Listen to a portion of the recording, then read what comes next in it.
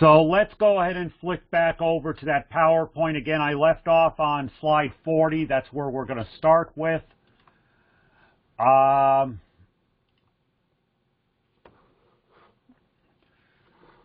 Okay, can you guys see my current screen?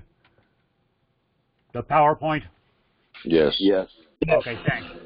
Okay, so this is where we left off. Okay, we got to put fire dampers in. Now, when I talk about possibly talking about a fire wall, what I'm talking about is it's usually a double constructed wall or a brick wall that's specifically put into the center of buildings to stop the spread of fire. So anytime we penetrate one of those walls, we have to have fire dampers in the wall. Okay, it's a requirement of code, it's a requirement of federal building code. Most of the time those dampers, just so you know, are spring operated. Most of the time they do not have any electric operation. If it is in terms of closing them, it's sort of a fusible link for fire. Now, if they're doing a smoke and fire damper, those are going to work off the fire detection system in the building.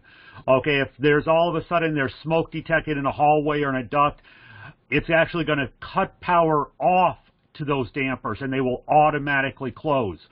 So you have to remember this if you're servicing commercial buildings. There's fire dampers through this ductwork in most of these commercial buildings. If a fire happens, they're going to automatically close. They're power open spring closed dampers. That basically means if the damper motor fails, it's going to close and you're going to have frozen coils. So it's just something to keep in mind that it might not be a problem with the air conditioning system. It might be a problem with the fact that the fire dampers, their motors have gone bad. Okay, elbows in ductwork, okay, are 90 degrees most often, okay? Now, turbulence is caused anytime we have a bend in airflow. Take a look at the red in that the short radius elbow. You're coming in, you're coming around a corner, okay? You can start getting turbulence in these corners, okay, if they're too short. Like this is what we call a short radius elbow. It's a very tight turn. So you start getting air patterns that actually start causing turbulence in these corners. Now, turbulence causes two major things. You have a reduction in airflow because that turbulence actually acts like a resistor or a valve. It will actually start blowing air around in a circle right on that elbow. The other thing it does is it actually causes static pressure changes. Okay, it's what we call a pressure drop. So that's something pretty important we talk about. So right in this area here, you can create some real air pattern turbulence that will create a backflow or a back pressure on the system.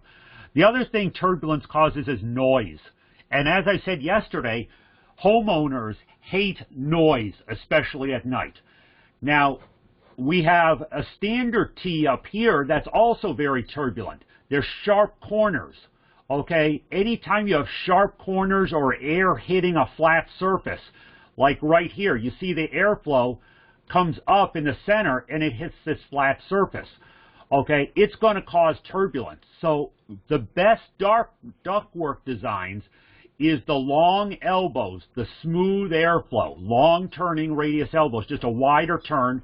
Or if you have a T, it's called a modified T. Instead of having the flat corners, we'd sort of do a V shape and we break it off into both directions. Now you can use short radius elbows, but what you see inside this, and if you look closely on this bottom one here, okay, you can actually see that they've installed turning vanes in here. All these are is little pieces of metal that have been installed in the ductwork to turn the air and not allow it to hit a corner. Because again, anytime airflow hits a corner, air blows straight unless it's turned. It's going to cause turbulence. So we want to use long sweeping flows. We want to use T's that are not flat, okay? And if we have to, because of space, use a tight elbow, we need to be able to put in turning vanes. This is all part of ductwork construction, and it's all part of the design phase of ductwork construction. Duct sizing is important because the amount of air delivered to each room depends on duct sizing. Okay, it depends on damper settings as well, but the bottom line is you should be able to operate these systems with the dampers wide open, and they should be providing the same amount of air to the room that the heat load, or how much heat and cooling that room requires. Air delivered must be balanced with the heating or cooling loads, or you're going to have one room that feels hot and one room that feels cold. Noise is going to be a problem if air travels through the ducts too quickly. We're going to talk about that a little bit as well when I show you one of the charts that's in your textbook. So, International Mechanical Code and International Residential Code requires that residential duct sizes be determined in accordance with ACCA, which is Air Conditioning Contractors Association, Manual D, Residential Duct Systems, or another approved message. Everything we do with duct design comes back to this ACCA Manual D. Okay, everything comes back to that. The codes, everything refers to Manual D, because it is sort of the key for all duct design. Now, a lot of the charts in your books, a lot of the charts I'm using that not in your textbook, they do come from Manual D.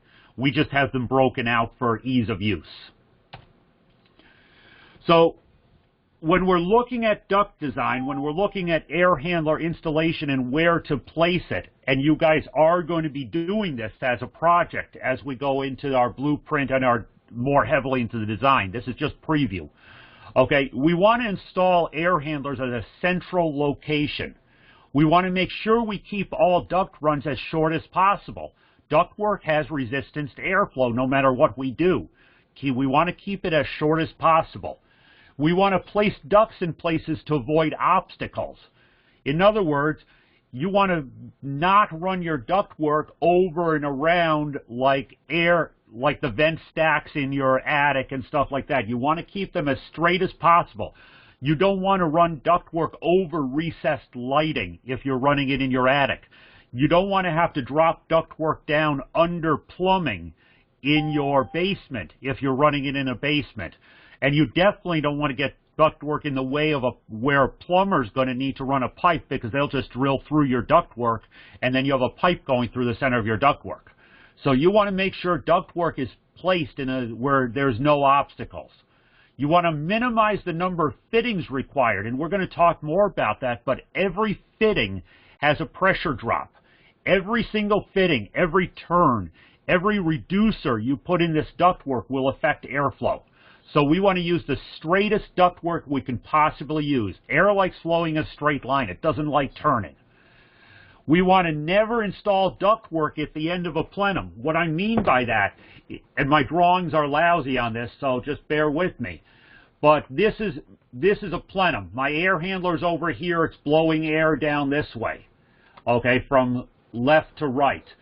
We never install ductwork at the end of this plenum, okay, so you never put it there. So that's a no. What you want to do is you want to install ductwork coming off the sides, okay? You bring it off the sides. If you bring it straight off the end of a plenum, you're going to have a problem with airflow, you're going to have problems with noise, you're going to have problems. It's just not a good situation. So you want your plenum box, but you want to bring your ductwork off the sides. Does anybody have any questions on my lousy drawing there? Okay. Before sizing duct systems, a technician must know the full heating and cooling load for the house. You also have to have the correct information about the blower fan selected, okay? In other words, you have to read the manual for the air handler you're planning on installing, because the blower selection actually tells you a lot about the duct sizing, okay? Tells you a lot about the pressures you can have and stuff like that. So airflow through the blower depends on blower speed and that total external static pressure. Remember, our static pressure is a combination of the static pressure of the return and the static pressure of the supply. And static pressure is the outward pressure on ductwork. Okay, in your return, it's always going to be a negative. In your supply, it's always going to be a positive. To get your total external static pressure, you drop the signs and add the two numbers together. In other words, you work with absolute values. So in this case, This is a blower spec sheet that's just out of an air handler someplace. Your static pressures are up here. So if I want to maintain a 0.5-inch static pressure, which is what our normal static pressure for most installations is, this is where our total external static pressure most often needs to be. We know that on medium speed, okay, which is halfway between cooling and heating, we're going to maintain 1250 CFM. Okay, that's what's available. If my air handler is at 0.5-inch static pressure and my ductwork is set up for that, blower on medium speed, I'm going to get 1250. If I pop this blower up to high speed, I'm going to end up with 1341 CFM. Now again, these are laboratory values. Can anybody tell me what the difference between my laboratory value and what my real world value is going to be? If I end up with 1250 in a laboratory value, what's my real world likely going to be? I didn't hear that. What? You'll probably have less than that. Yeah, this isn't a totally clean system. So we're talking about the blower wheel, the air handler. Everything is clean. It's new off the shelf. The minute I start building up dirt, we're going to have slightly less than that. So if I size for medium, and if I turn this on to high, I'm definitely going to be pushing enough air through there. That's why a lot of us size for the medium blower speed. Low blower speed, as I've said before, is just used for heating.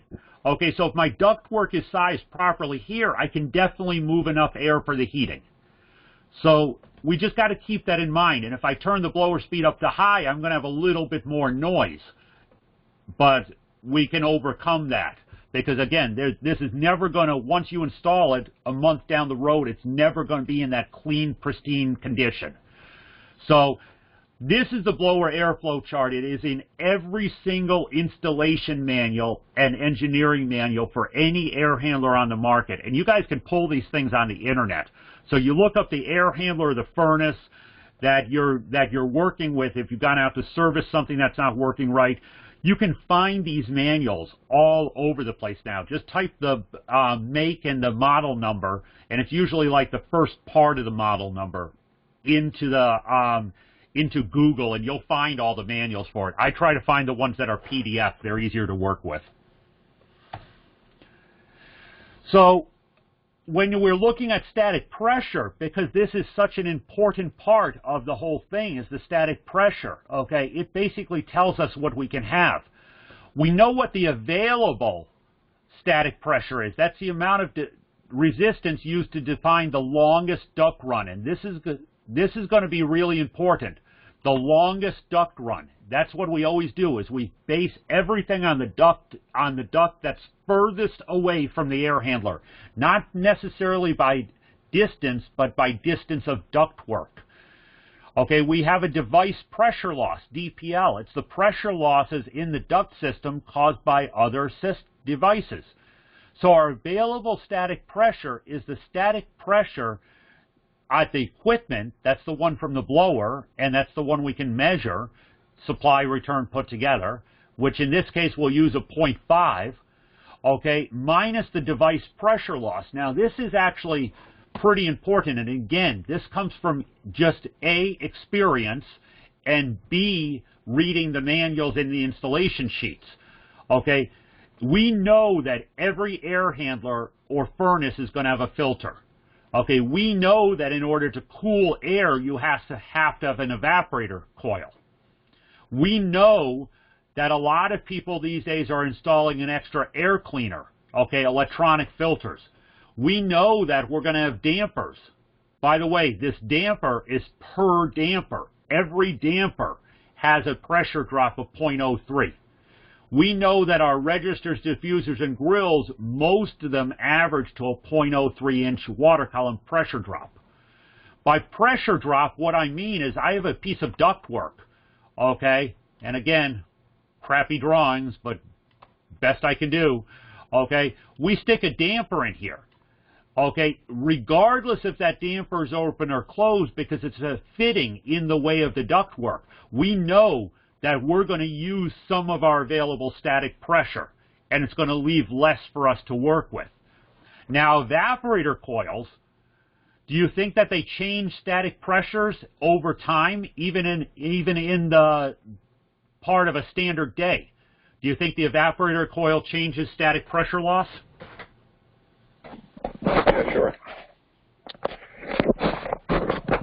If I take a sponge or something like that and try to blow air through it when it's dry, I'm going to have better airflow through that sponge than when it's wet. The minute I start building moisture particles or droplets up on that evaporator coil as I'm dehumidifying the air, I'm going to start having a restriction to airflow. So my evaporator coil may start off with a 0.1 resistance, but may actually go up in resistance to a 0.3. So it's something important to remember. That's why a lot of times when I'm teaching troubleshooting, I say let that system run for 15 minutes before you take your final reading. Because in 15 minutes, my evaporator coil is going to build up enough moisture that it's going to give me my highest static pressure. And if there's any dust or dirt on that coil, okay, it's no longer dry. Okay, and it's going to sort of gum together, and it's going to really affect my static pressures. It's the best way to tell if you have a clogged evaporator coil if you can't see the bottom of it. Any questions on available static pressure?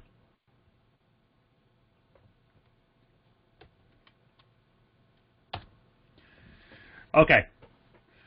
So in this last slide, I mentioned effective length, okay, the design to the longest duct run. What we're talking about is total effective length. The effective length is the physical length of the ductwork and the length values for each fitting in the duct run. Okay, the greatest effective length for a supply duct run and the greatest effective length for the return duct run is what's important. So if we take a look at this picture here, okay, we're looking, I have a 12, I have a 10, and I have a 4 going in the upward direction. Okay, coming down, I have a 2, an 8, a 4, and an 8. So this is my longest without putting any fittings into it. This is my longest duct run. Now, every one of these takeoffs through here comes with, and if you look up in the guide, in a duct guide, and I'll show you how to do that, okay, every single fitting has an effective length that goes along with it. So this elbow may add 2 feet to what we consider our effective length, and that's because of the resistance of this elbow. So the first step of design is you have to figure out, and you do this by looking at blueprints, you have to figure out what your effective length is to each part of the building, and then you work on the total effective length and you find the greatest one. That's what we size our ductwork for, the greatest and the longest total length. Questions on that?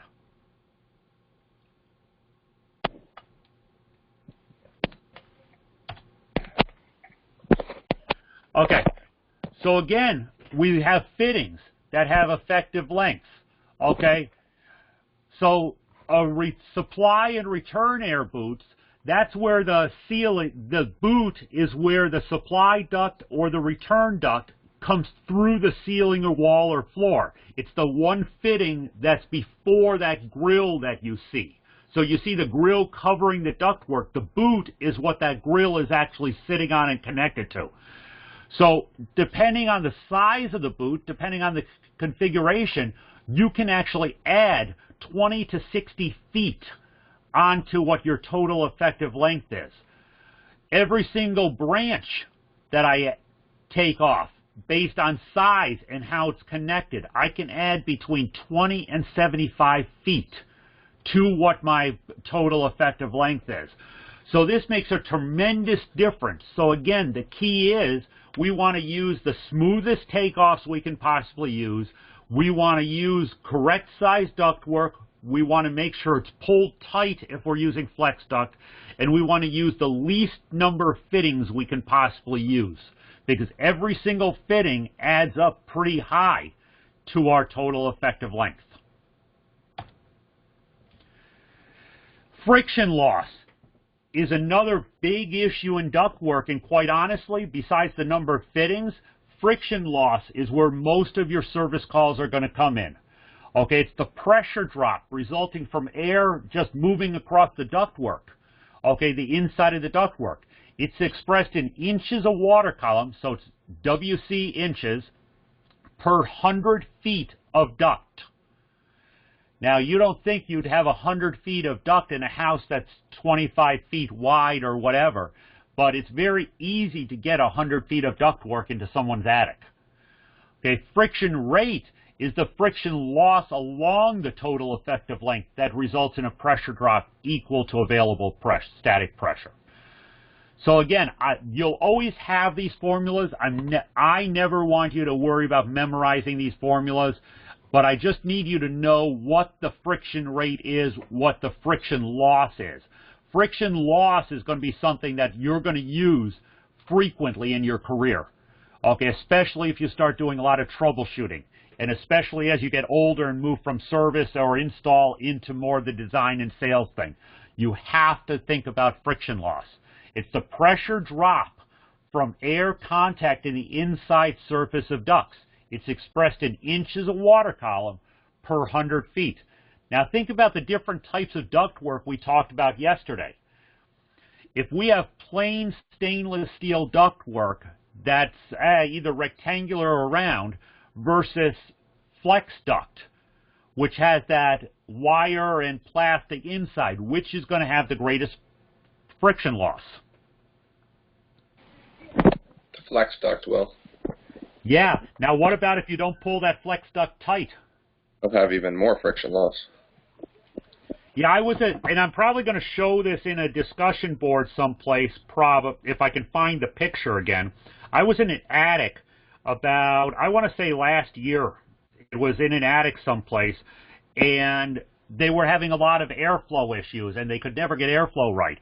I actually walked into the attic, and there was a section of flex duct that had it was really weird. This was a cardboard box, and coming into one side of the cardboard box, there was flex duct connected to the air handler.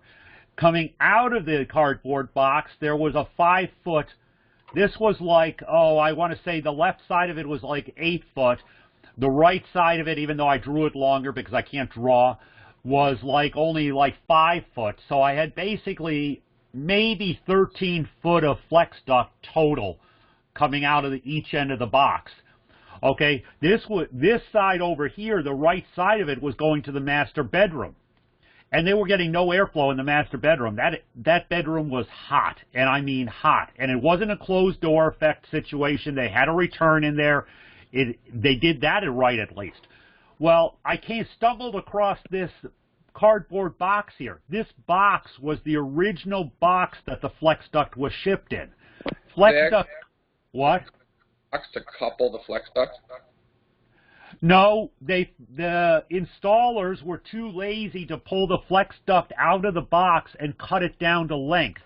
So they opened each end of the box, pulled out what they needed, and this inside was just a crushed up bunch of the remaining 25 feet of flex duct. Wow. Wow is the only response for that. That's, I have the picture someplace. I got to find it for you guys because it's actually a pretty awesome picture. It was awesome. But it was there for like 10 years. So, yeah, you come across situations like that all you can do is just shake your head and say, wow, and then somehow you have to really talk. You can't really, in front of a customer, say, yeah, those dumb craps or use whatever other word you want, who installed your system, because you don't know who installed the system. So you gotta be careful about that, because it could have been a dumb crap from your company 10 years ago that you didn't know. So you gotta watch it. But stuff like that just makes you say, wow. So each duct run is sized based on the specific volume of air flowing through it. Okay, remember I was talking about the volume. Volume is CFM. So if I need 200 CFM flowing through a piece of ductwork, okay, I have to size the ductwork so I can get 200 CFM or 300 CFM flowing through it. Okay, I have to determine the airflow for each branch. So what we do is we divide the design airflow, total airflow. So if I have a 4-ton system, that I need 400 CFM per ton, so 4 times 400 is 1,600. So if I know what my design airflow is, okay, I can find what my airflow for each room should be. And again, don't worry about the formula. That's not what I want you to do. I just want you to understand that we have to be careful and get the correct airflow to each room. So what we use to determine the proper sizing, we use airflow friction chart variables. We change duct diameters, we use airflow rates, we use friction pressure drop, and we use air velocities. Okay? They make a thing called a duct calculator, and I'm going to show you one of those. We use ACA Manual D. There's a table in it. And we use airflow friction charts. Now, more importantly, for you guys, as you're coming into the field, start learning about the apps that are available on the market. Now, there's a reason why in this course that I don't right away switch to the apps, okay? I have you do a little bit of this on paper, then eventually I'll show you an app. There's a reason I don't start, and I ask you to please not start using an app, okay? You have to understand where all of this comes from before the app will give you the correct answers. Okay, you can use an app, you can plug everything into it. You know what? It's great when you're in the field. It's awesome technology, but please understand where this all comes from. That's why I don't start with the app. Okay, so let's take a look here at this table on the right. I'm sort of hoping you can all see it. Our design duct, our design airflow is 1,250 CFM. That is what is coming out of my furnace in this case. Okay, so we know what we can do when we have all of our rooms. Bedroom number 1 or bedroom number 2 has to have 188 CFM. Okay, bedroom number 1 has to have 234. So we know that this piece of ductwork, which is at point G, to meet these two numbers that comes off my heat load, I know that I have to have 422 CFMs of air coming in this direction. I know that at point H, which is just a measurement point in the ductwork, I have to have 188 CFM to feed bedroom number 2. So when you look at this, what we're doing is we're saying, okay, this piece of duct here has to be sized to handle 422 CFM. This piece of duct here, which goes point F, has to be sized to handle 828 CFM because that is the sum of all the different airflow requirements go for that. Okay, so what we do is we add up, and as we go down, and as we go through takeoff, so 828 minus 125 for the bathroom leaves me with 703. Sometimes I can drop the ductwork size to increase my pressure and give more airflow down to these other rooms. So after my point E, I'm going to take off 234 CFM going to the dining room. So I can once again decide at point D, can I drop the size of my ductwork to maintain pressure? Then I'm going to come to the kitchen. I'm going to take off 78 CFM. That's one small kitchen. Okay, most kitchens these days are in the hundreds of CFM requirements. Okay, so once I take off 78 CFM, I'm left with 391 CFM. Now this is where it becomes interesting because I have to just do a T with size ductwork coming off the T for 196 CFM. So again, it's our longest length message. I have to maintain the static pressure of whatever my static pressure requirement is down here. But I also have to count for all the airflow drops that are coming on all the way through here. So what I'm doing is I'm steadily reducing the size of my trunk line. Did I explain that properly for you guys to understand it, or do you have any questions that I didn't cover properly? Does it make sense?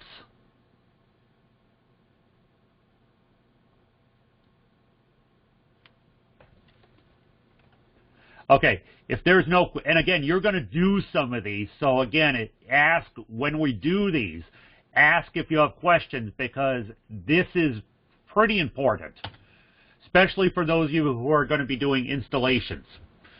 Now, ACCA's Manual D has developed a spreadsheet, an actual worksheet that allows you to design supply and return ducts for residential buildings. They have a ton of spreadsheets available for a lot of different buildings. They have some commercial ones as well. This is the same picture that is in your textbook. Okay, so you can plug in some of these basic numbers on the spreadsheet, okay, and it will actually help you size the different ductworks. It will actually give you the size of the appropriate ductwork. So again, there's some spreadsheets out there that help you do this, but it doesn't hurt to know how to do it behind the spreadsheet. That way you can say, oh, wait a sec, there's something seriously wrong with this number, it won't work. Okay, the duct calculator, okay, that we talk about quite frequently is this one over here. Okay, that's a ductulator, we call it. Okay, you can actually put in you spin this over to your pressure measurement.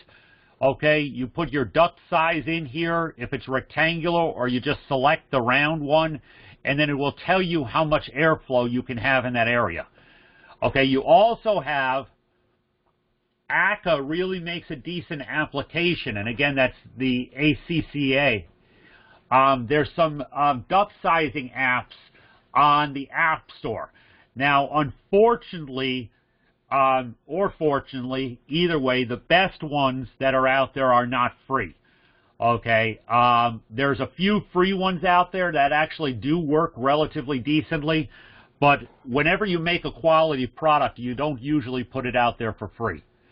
The duct slide rule, which is my center one here, we don't use that often anymore. Most of us use the ductulator or the apps. I still like the ductulator. It works the best, and I still use the tables that I'm going to show you in another minute here. I'm going to show you the tables.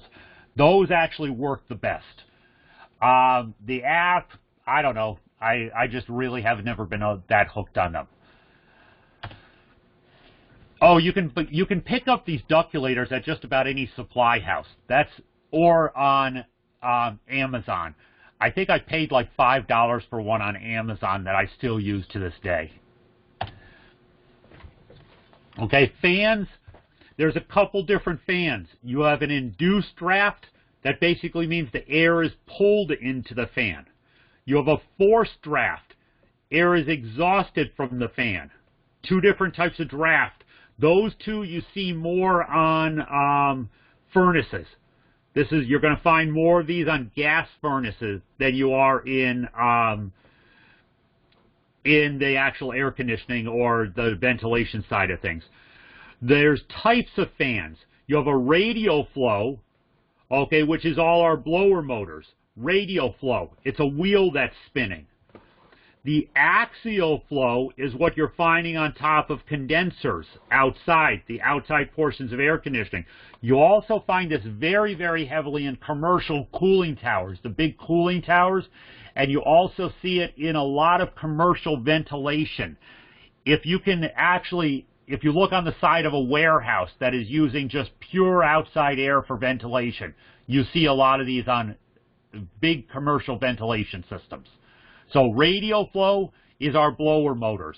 Axial flow is used a lot of times for ventilation. That's what you have for like whole house fans, you see those on.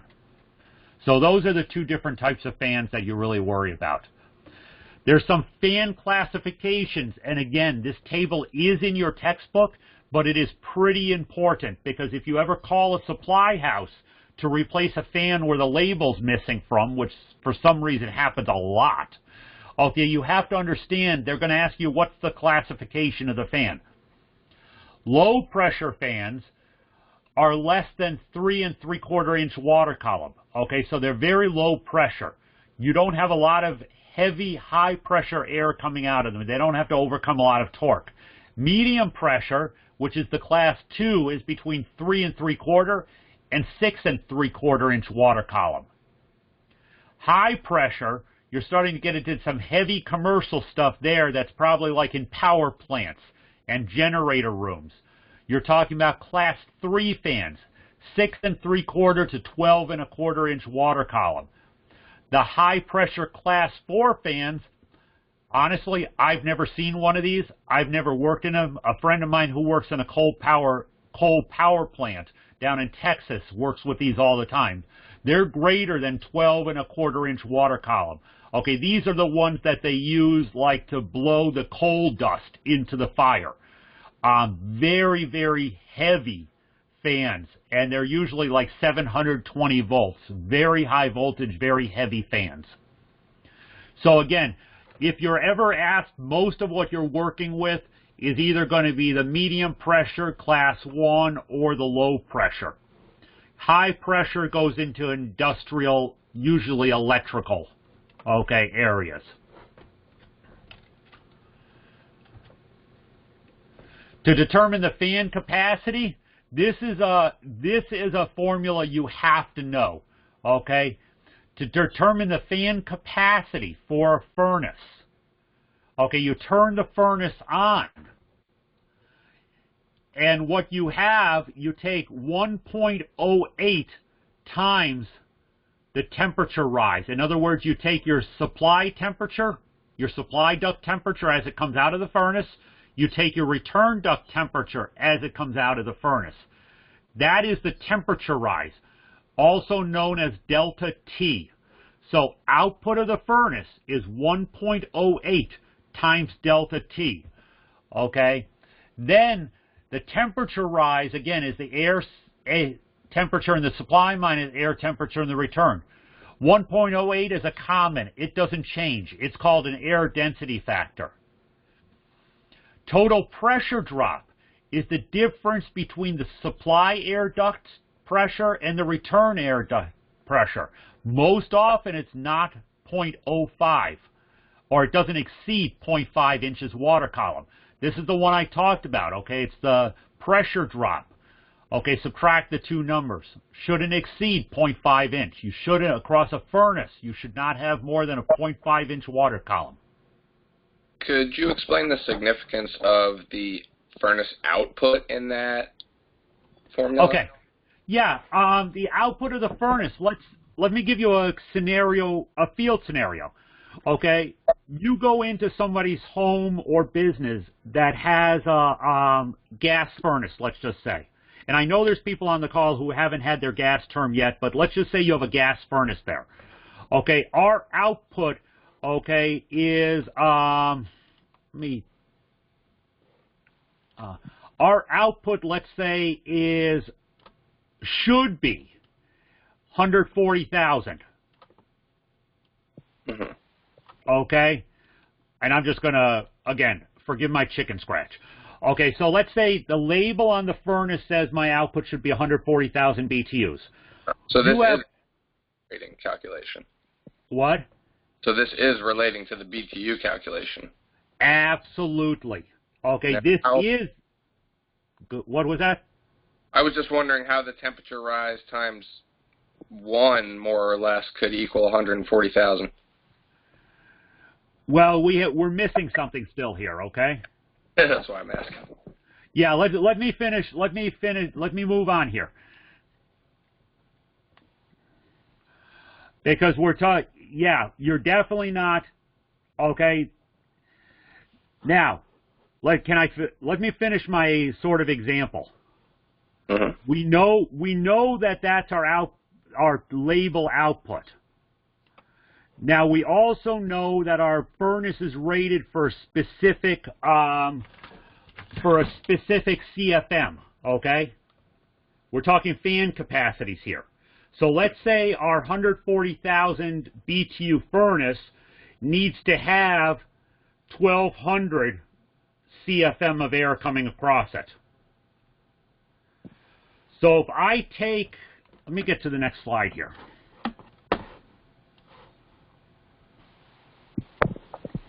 if I know what my temperature rise is, okay, we can say, okay, 1.08 times, let's say we have a 50 temperature rise. We have 54.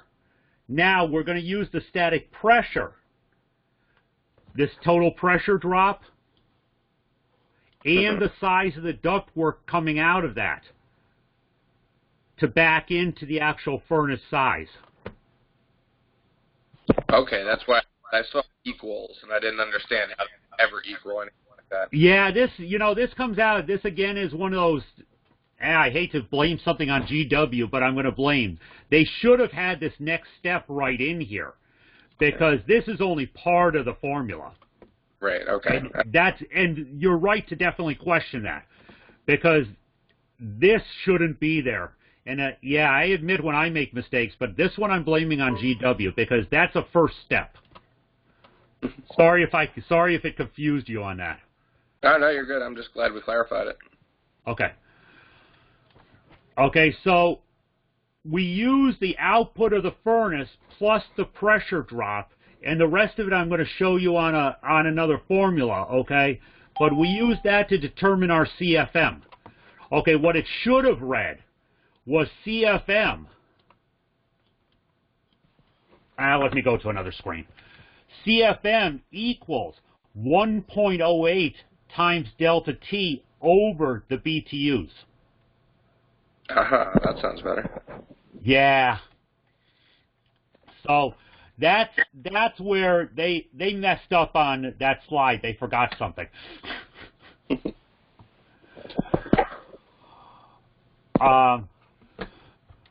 Okay. We talked a little bit about air curtains yesterday. Does anybody remember this example of an air curtain I gave you yesterday? Yeah, the deli refrigerator, or whatever you called it. Yeah, that deli unit, the deli unit in the shop. Okay, the front of it, when you felt the air blowing, there was air blowing down across the front of that from the top. It's an air curtain. Okay, all it does is maintain the inside conditions of something by blocking the movement of outside air through the opening. Okay, it's a powerful blower that directs air across an opening. It stops the flow of conditioned air out, and it stops the flow of conditioned air in.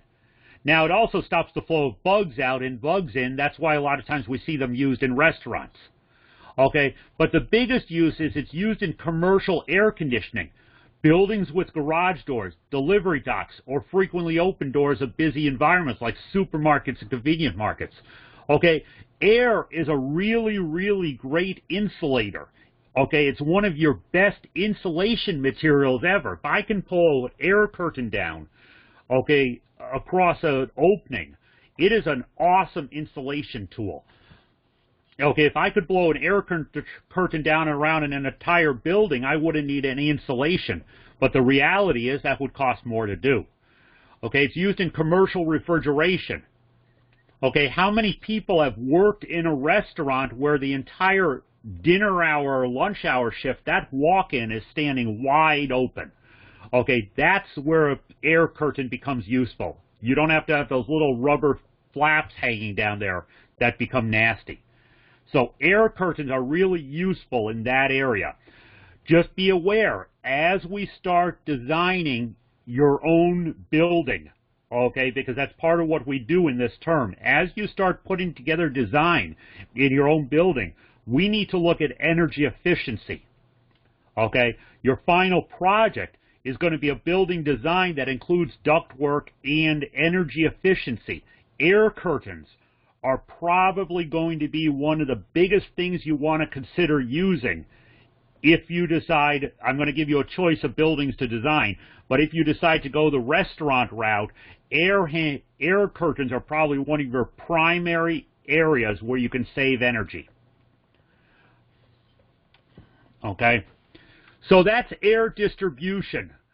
Okay, does anybody, other than that one formula and other than the ductwork sizing, which I have to talk a little bit more about, does anybody have any questions?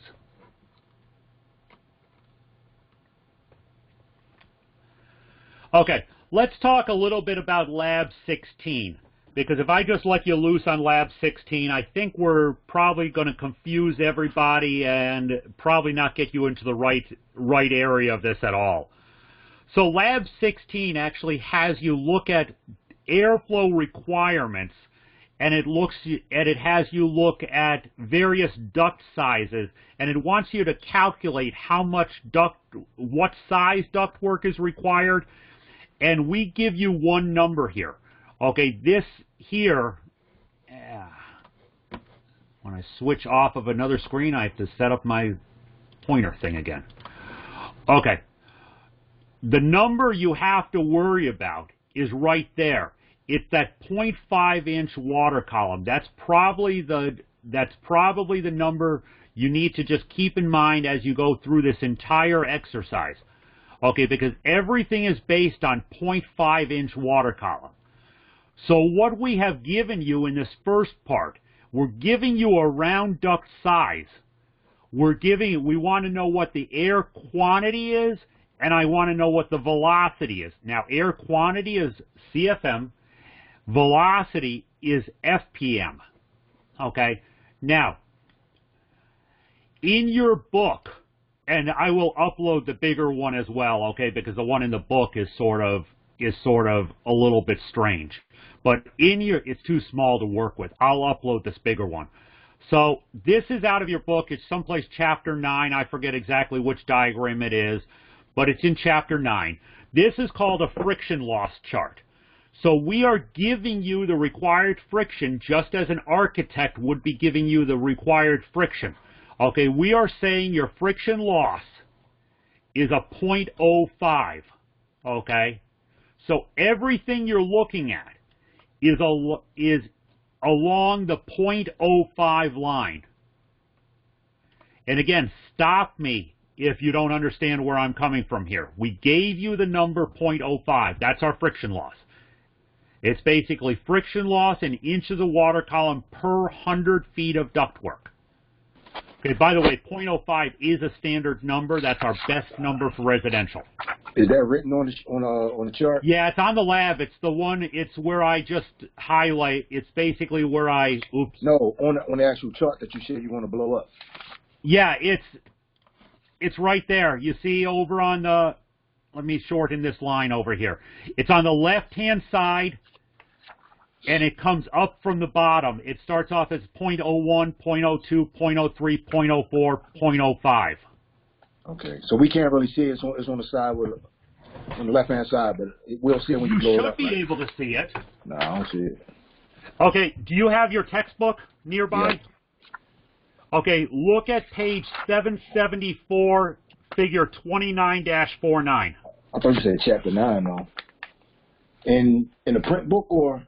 No, in the Modern Refrigeration. Yeah, chapter 9 is. You said no, not chapter 9. Chapter 29. 29. 7 what? 774. 774. Okay, all right. Yeah, I got you. Okay, we're looking at the 0.05-inch line starting at the left and going straight across. Okay. You follow? Yeah. Okay. So, now, the numbers that are starting at the bottom, that is your 300, 400, 500, 600, that is our CFMs.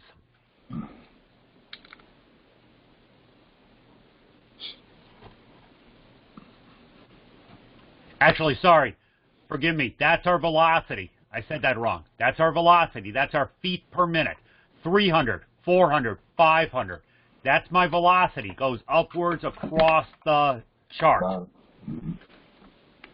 My CFMs are across the bottom, starting at 100, 200, 500, so on and so forth.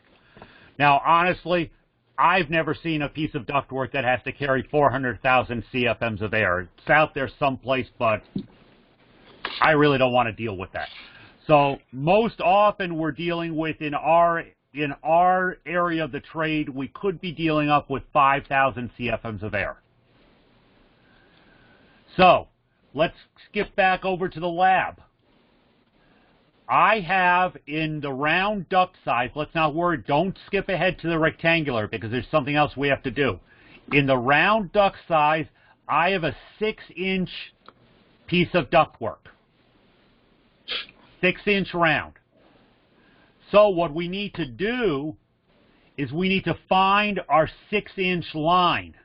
And that's the ones that start from the top left and go down to the top, to the bottom right.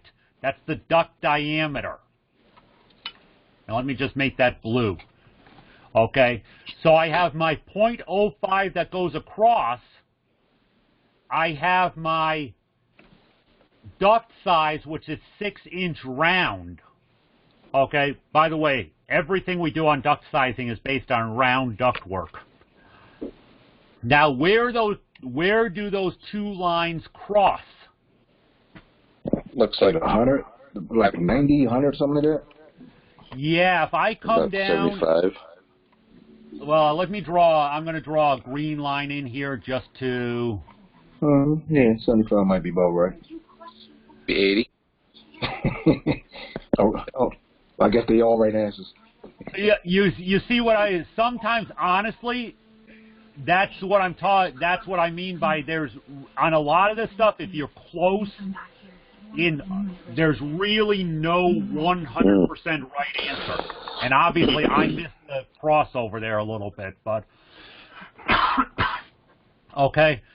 So 50, 60, 70, 80, 90, 100. Okay. Now, will that throw you off depending on what number you pick?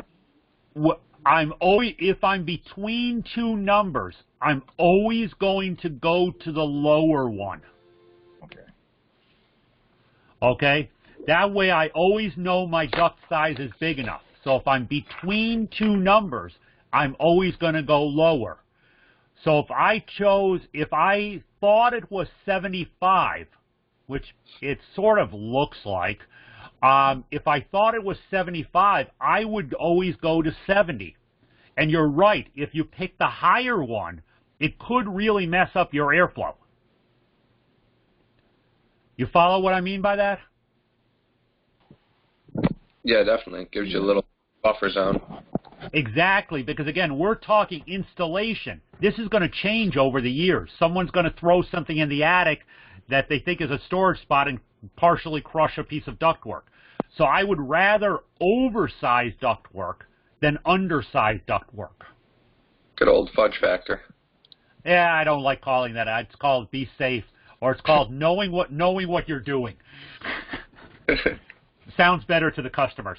So in this case, I would probably say my airflow is 70 CFM.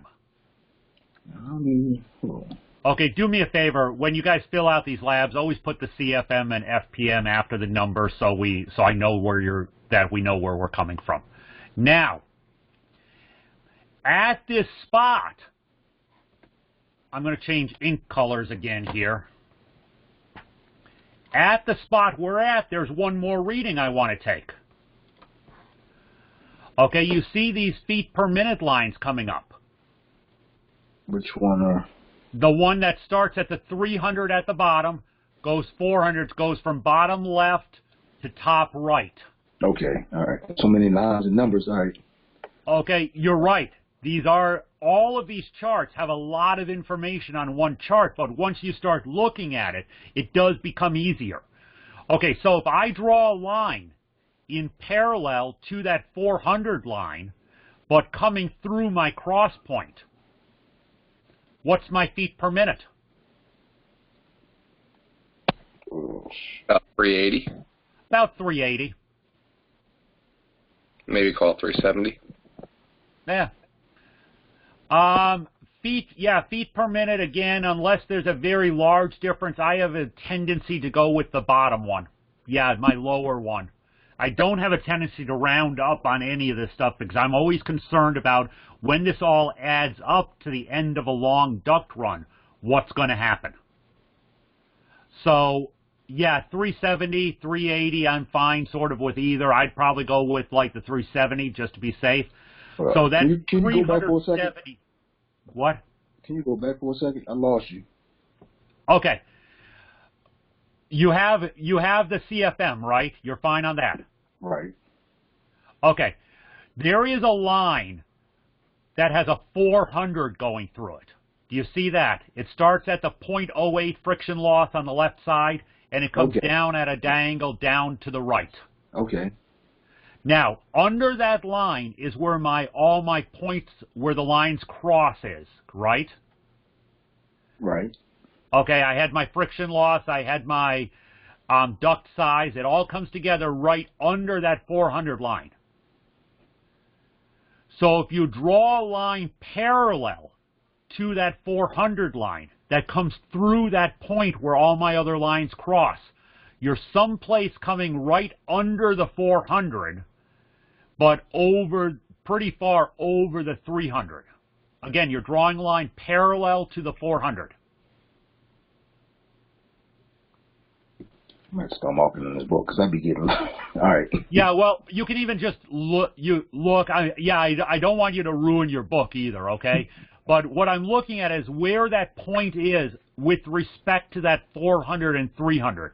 So it's right under the 400. So it's about 370. Do you see it? I'll come back to it. I'll come back. Okay. Yeah, because and if you have a question, feel free to email me later, or text me, or whatever. Call me. We can deal. Okay. Just let me know if you don't find it. Okay. So back to lab 6, we now have the two numbers we need. We set our CFM. We went with 70 as CFM, and we set our feet per minute is about 370 also. So I'm going to come over here to this lab, okay, for my first ductwork size. Okay, I have a 70 CFM and a 370 feet per minute.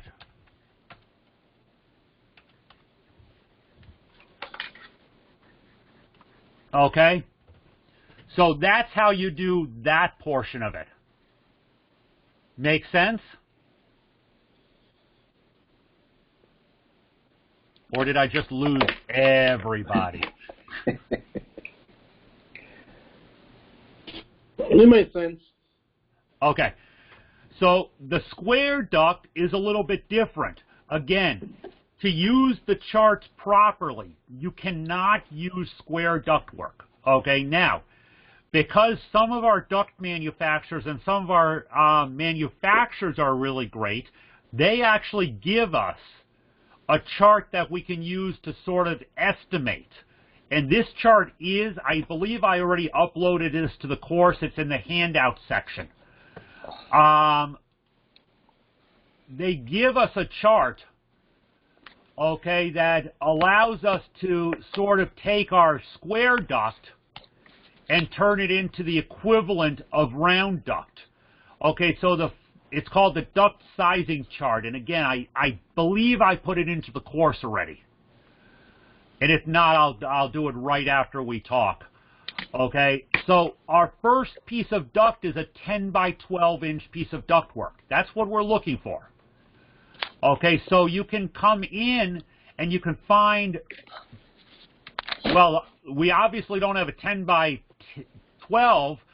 Well, we don't have a 10 by 12, but isn't 12 by 10 the same measurement? Okay, so if I have a 10 by 12, it's saying 12 by 10 is the same measurement. We've just turned it sideways. So my CFM that's available in that piece of ductwork is 550 CFM. Because I'm looking right here. I've just highlighted in green where I'm looking. And because they're kind enough to give us, it's either 0.5 on most ductulators, which is what we're using, we're fine on the static pressure. That's a standard.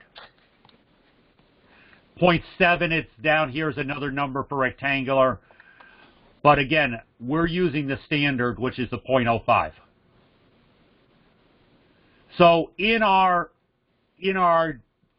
sheet here, okay, we're going to say that our air quantity is CFM, okay. I'm going to put in is that, what did I say, 550, I believe. I'm going to say it's 550.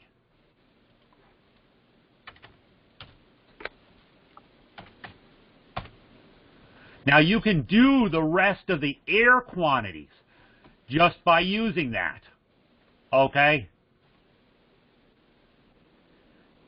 But you're missing a feet per minute column. So if I come back over to my other chart, we know that our static pressure stays at the 0.5, right? 0.05, hasn't changed. Let me get rid of some, I'm going to get rid of a line.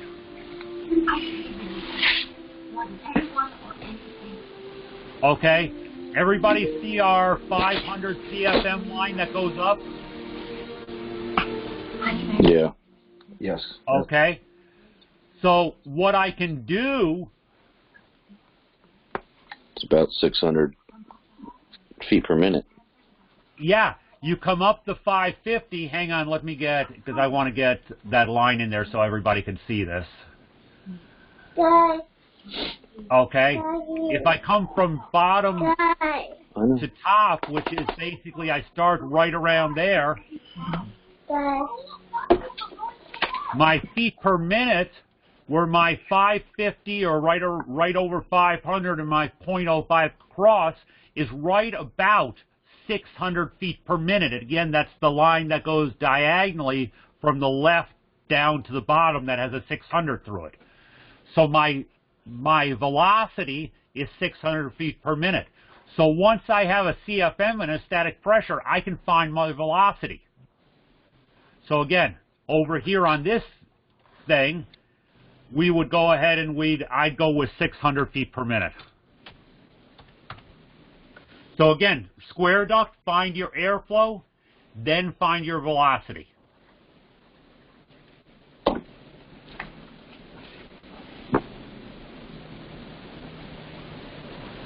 Okay. Now. Hey, Chris. Yeah. I got a question about Sure. this, about the homework or the lab. Yeah. On the round duct size, I was looking ahead. On the 3-inch one, number 3. On that chart, on the 3-inch duct. Where am I? Oh, up on the top one, right? Yeah. Okay. Okay, so on the chart, that 3-inch duct is up towards the top left corner of that chart. It doesn't intersect the 0.05 anywhere. I mean, unless you expand this chart out, but you can't do that really, can you? So how does that one work? well, if I were in the real world doing this, okay, I would say for that I'd be really questionable about whether or not I even use that size ductwork, okay? That's the reality of it. I wouldn't put in 3-inch ductwork. Right. But you can come over here. Yeah, I would say don't use, because there's not a single chart I have that says that's an allowable value. Okay, so Just write in, can't use. okay. You're gonna put like an NA. I would just say can't use. It's more honest. I mean, you can't use it. It's not even a not applicable. It's a can't use. Works for me. Honestly, I've never even seen a piece of 3-inch ductwork anywhere.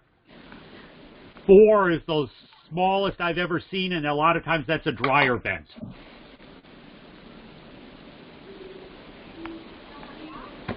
So yeah, that was a good question. I was actually, unfortunately, you looked ahead and found it because I was sort of interested to see what people would come up with, but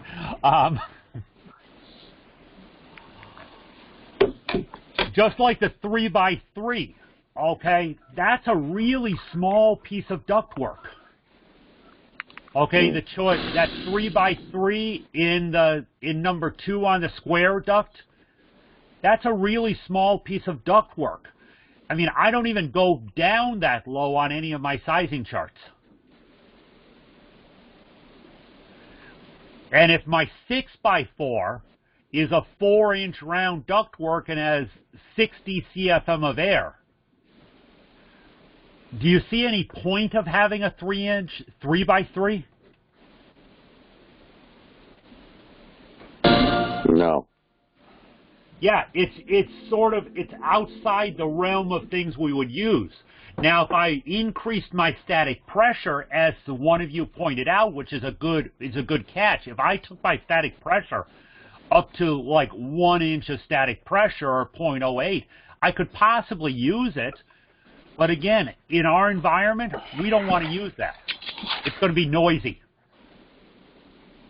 So again, anything you see that's outside of this chart, we don't want to use.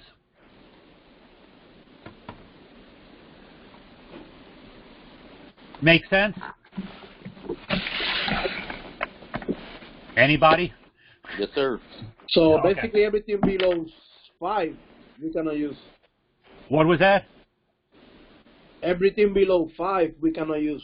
With the static pressure that we have, because we have given you the 0.05-inch water column, anything that does not fall on one of these charts, well, we have some 4-inch there, but again, it's really pushing it. Anything that does not fall on, 5-inch, basically is the smallest ductwork I want you to use. But here, if it falls on this one, you can use those numbers, okay? If it falls on the duct sizing chart. But I wouldn't use it. There's some guys out there that would, but if it doesn't fall on this chart, don't use it.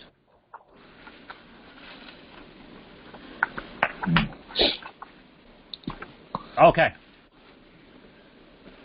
Down here on the bottom of lab 16, again, we're going to have you convert to round. Okay, so you have your 7x12. If you come over to the duct sizing chart that I gave you, okay, not the one with all the lines, but the actual duct sizing chart, find the closest you can get to either 7x12 or 12x7. Okay, find the closest you can get, and you want to always go to the lower size. So I have a 12x8 or a 12x6.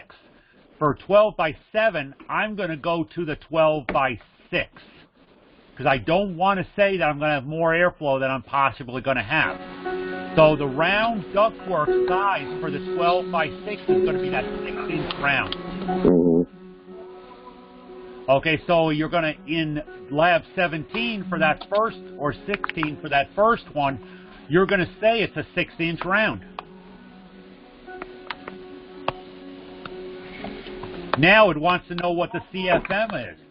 Well, on this one you can actually, it wants to know CFM and velocity, by the way. That's why there's 2 blanks over here. So once I have my 6-inch round, and I know what my static pressure is, you can come over to this line here, to this other chart here, okay, and I can follow that 6-inch round line,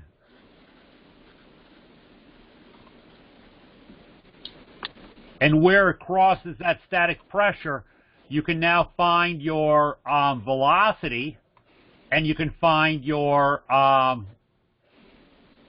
CFM.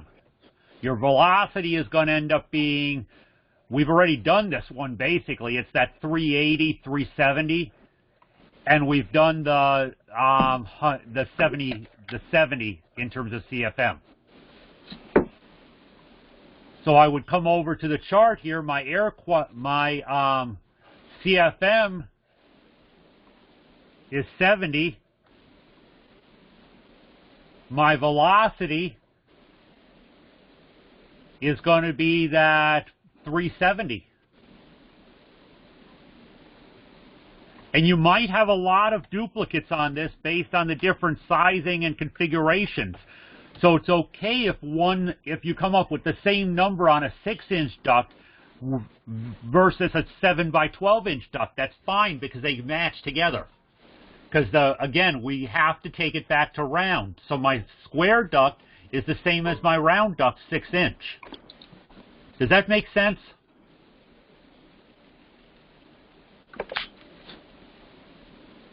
Anybody? Does it make sense?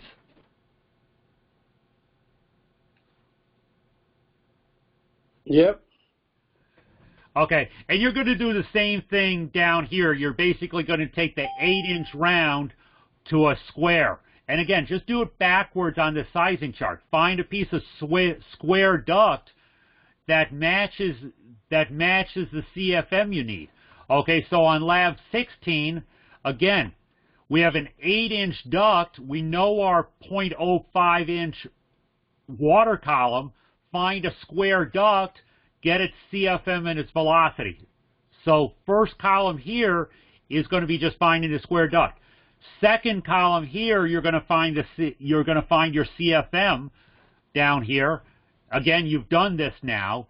And third column, find the feet per minute. A lot of the numbers down here are going to be the same. Now, one thing you have to watch when you're finding the square duct. Remember what I said in yesterday's lesson.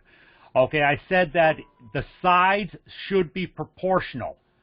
The best way to do the two pieces of ductwork is keep the size proportional. So if I have a choice of a 4x6 duct or a 6x6 duct for the required airflow, which would I choose? 6x6.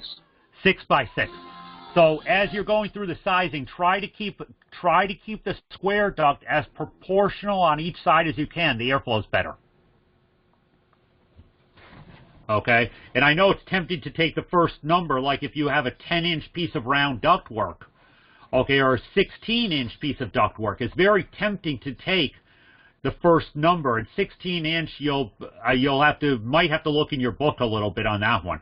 But let's say we have a 12-inch piece of ductwork. It's so tempting to take that first number and work with it. But no, you want to actually find one that's more proportional. 12-inch round just happens to equal a 12x12 piece of ductwork. By the way, you can also do that with the 16-inch round. Okay, 16-inch round equals a 16x16 piece of ductwork. There's a pattern to this, okay, that you can always use. Okay, so you can always back into your rectangular size of it. Try to keep it proportional. The airflow is better. Okay, so that is lab 16. Okay, there's one more thing I want to show you, and then I want to have a brief conversation about some of yesterday's labs. On page, it's on page 768 in your textbook. There's a table 29-42. And I'm showing it on the screen right now. This is the recommended maximum duct velocities. Okay, so that's the feet per minute.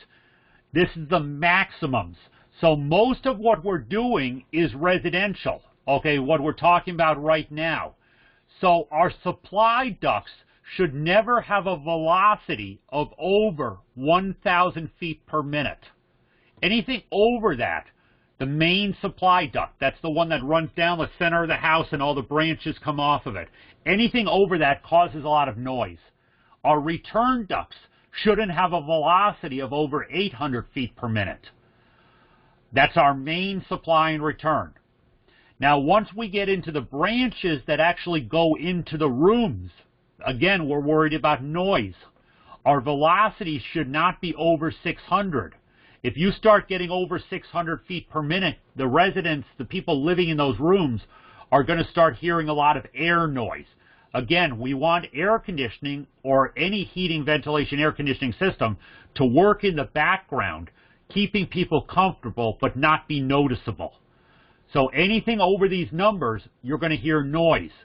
Now, in terms of restaurants, I don't want my supply ducts to be over 1,600. It's not because of the noise. Restaurants are noisy anyways.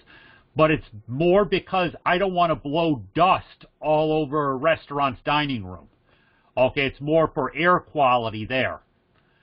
Same with retail stores and everything like that. I don't want to blow dust around. So depending on the use of the space, we allow different branch and return, main duct and return duct air velocities. So just be aware as you're looking at these velocities what I can use them for.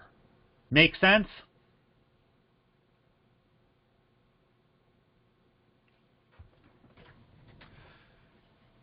So, okay. That is that one chart. The other chart I wanted to show you out of the textbook, and again, I may make a PDF of that and upload it to the course, because this is one of these. There's a couple charts, and I think I said this to you guys when I was on campus. There's some of these charts that you really want to flag or put into a folder someplace and keep, because some of these will really help you out when you're in the field, and it's nice to have them handy. I still have a folder of these things sitting in my car that I use when I go out and do inspections and stuff. I use these things a lot. Where will you be placing the duct sizing chart? I have it up there already? I don't see it. Well, I don't know if I'm in where I go to find it. It should be. Let me just. I can't do it while I'm on the phone, while I'm on the thing with you guys, but it should be right under Lab 16 in the pressure module. It's duct sizing PDF. And I know it's there because I'm looking at it.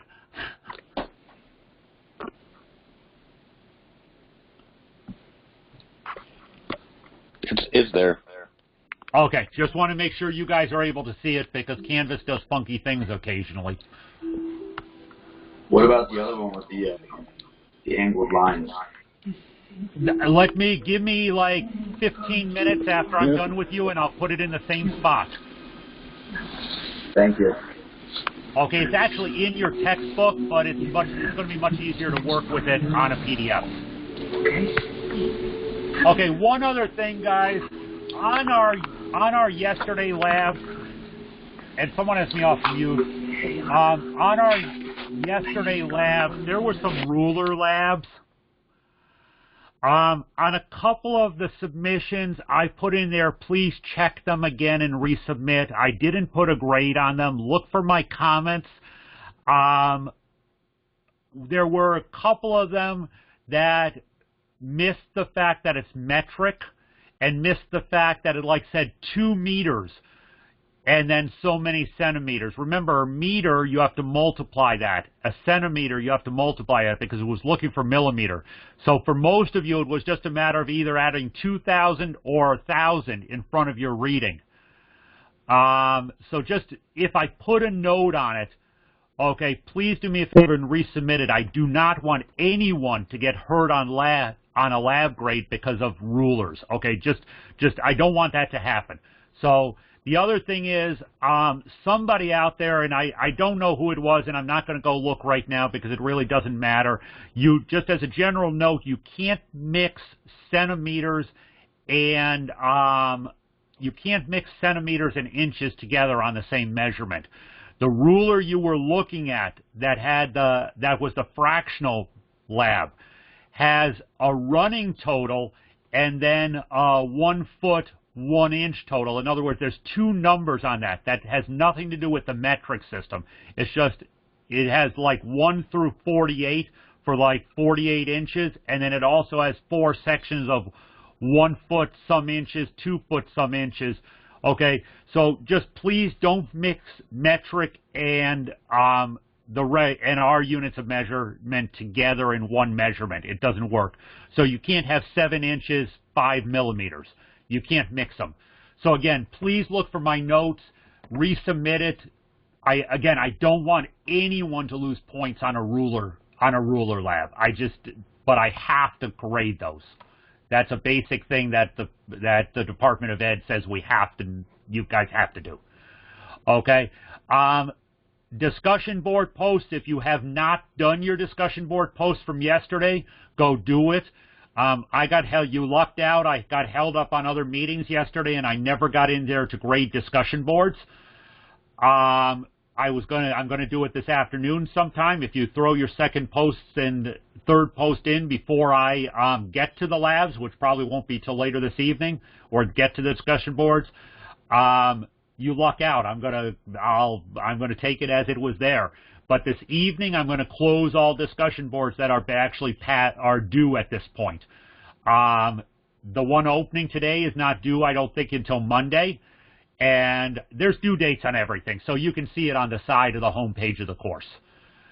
But again, watch my comments if you turn something in to be graded, because if I can give you a chance to take it back, and if I can explain it, if I can tell you what you did wrong, I will do so in the comments.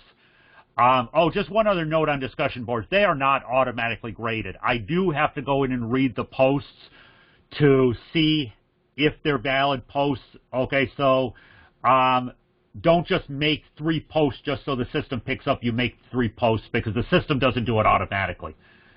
And I have to have discussion boards. Okay, it's a requirement, not even our requirement. So, any questions?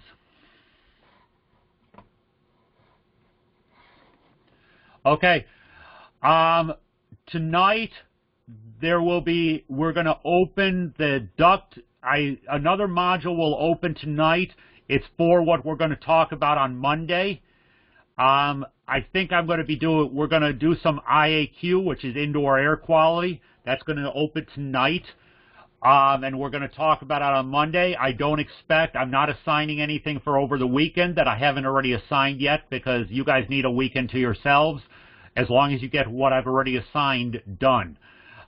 Next week, we're going to talk about indoor air quality on Monday, and then we're going to be going into the print reading and the print reading book. Now, print reading, we move through that book relatively fast, regardless if we're online or on Classroom. I'm not teaching this course any different because it's online. The print reading book, we start with Chapter 1, and we move through that book in a pretty fast pace, because I have to get you guys to the point where you understand the blueprints, so I can do the design, the building design and the ductwork layout with you during the third and fourth weeks of the course. So we're going to start with chapters 1, 2, and 3 early in next week. So if anybody does get totally bored or want to escape the kids or the girlfriend or the wife and want to look at a print reading book, chapters 1, 2, and 3 are a great thing to be glancing at. Okay, don't do all the assignments at the end of it, because I'm going to combine those into just a project-based, more than have you guys fill out the pages at the end of the chapters in terms of the measurements and stuff. Any questions on that? Okay, that's all I have for today. So you guys have a great rest of the day. Have a good weekend, and we'll talk on Monday. Same time, same place.